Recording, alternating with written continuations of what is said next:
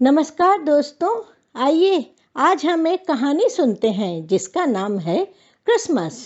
अगर यह कहानी आप सबको पसंद आए तो जरूर मेरे चैनल को लाइक तथा सब्सक्राइब करिए। उस दिन क्रिसमस यानी कि बड़ा दिन था। हमारे क्लब में बच्चों की क्रिसमस पार्टी चल रही थी। दोपहर के यही कोई 3-3:30 बजे होंगे। दिसंबर का महीना था, अतः कड़ाके की सर्द तो थी ही। बच्चों का फैंसी ड्रेस कंपटीशन हो रहा था। जो बच्चे कंपटीशन में भाग लिए थे वे तो बहुत खुश थे और जो बच्चे भाग नहीं लिए थे वे भी काफी खुश तथा उत्साहित थे। सारे बच्चे उछल कूद कर रहे थे। कोई भागा दौड़ी कर रहा था तो कुछ बच्चे हंस हंस कर अपनी खुशी जाहिर कर रहे थे। चारों तरफ सिर्फ रौनक ही रौनक थी।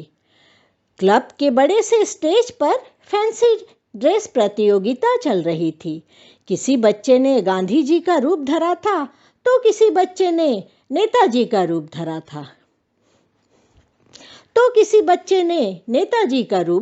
था तभी माइक से आवाज आई। हमने देखा एक बालिका, उम्र यही कोई 10-12 साल रही होगी, स्टेज में बहुत ही स्मार्टली आई। हमने देखा वो सर्कस में काम करने वाली बालिका जैसा ड्रेस पहना था। लाल एवं सफेद रंग का ड्रेस पूरा चुन्नट चुन्नट यानी कि फ्रिल से भरा हुआ था। उसकी पोशाक, वह स्टेज पर हाथ उठा उठा कर सबको merry Christmas, merry Christmas, merry Christmas कहती हुई स्टेज के एक कोने से दूसरे कोने पर चली जा रही थी। सारे बच्चे जोर जोर से ताली बजाते हुए शो का आनंद उठा रहे थे। और सिर्फ बच्चे ही क्यों, हम वयस्क लोग भी तो काफी खुश थे। तभी सबने देखा हठात एक बंदर पता नहीं कहां से उछल कर आया और उस बालिका के कंधे पर बैठ गया। अचानक घटे हुए इस घटना को देखकर चारों तरफ भगदड़ मच गई। बच्चे चिल्लाने लगे और उस बालिका का हाल तो मत पूछिए। वह बेचारी डर के मारे जोर जोर से रोने लगी।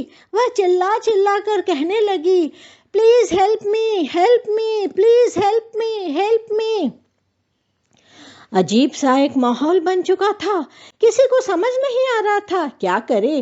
कुछ साहसी लोग आगे आकर हुश हश करके बंदर को भगाने की कोशिश करने लगे, पर सब बेकार सिद्ध हुए। तभी हमने देखा क्लब की ओर से एक स्टाफ आगे आकर एक केला बंदर को दिखाने लगा। एक केला उसने बंदर के आगे फेंका, लेकिन कोई असर नहीं हुआ। बंदर जहां का तहां बैठा हुआ था।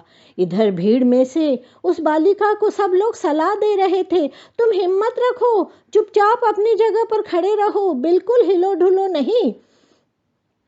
इधर वह बालिका रो रही थी और भीड़ में खड़े उसके माता पिता भी रो रहे थे, लेकिन सब निरुपाय थे। समझ नहीं आ रहा था करे तो क्या करे।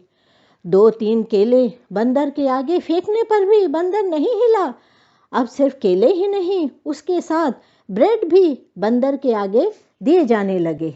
सबने देखा अब की बार केले एवं साथ ही ब्रेड देखकर अचानक बंदर बालिका के कंधे को छेड़कर, बालिका के कंधों को छोड़कर एक छलांग लगाकर केले एवं ब्रेड पर झपटा।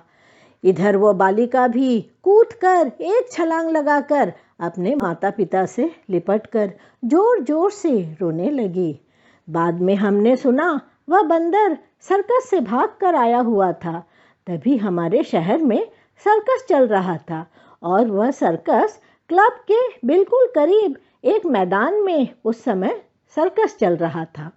और उस बालिका ने भी सर्कस में काम करने वाली लड़कियों जैसी ही ड्रेस पहनी थी। अतः वह बंदर समझा मानो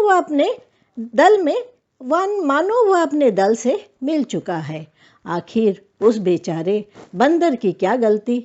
बाद में हमने सुना कि क्लब के अधिकारियों ने उस बंदर को पकड़कर सर्कस वालों के जिम्मे कराए।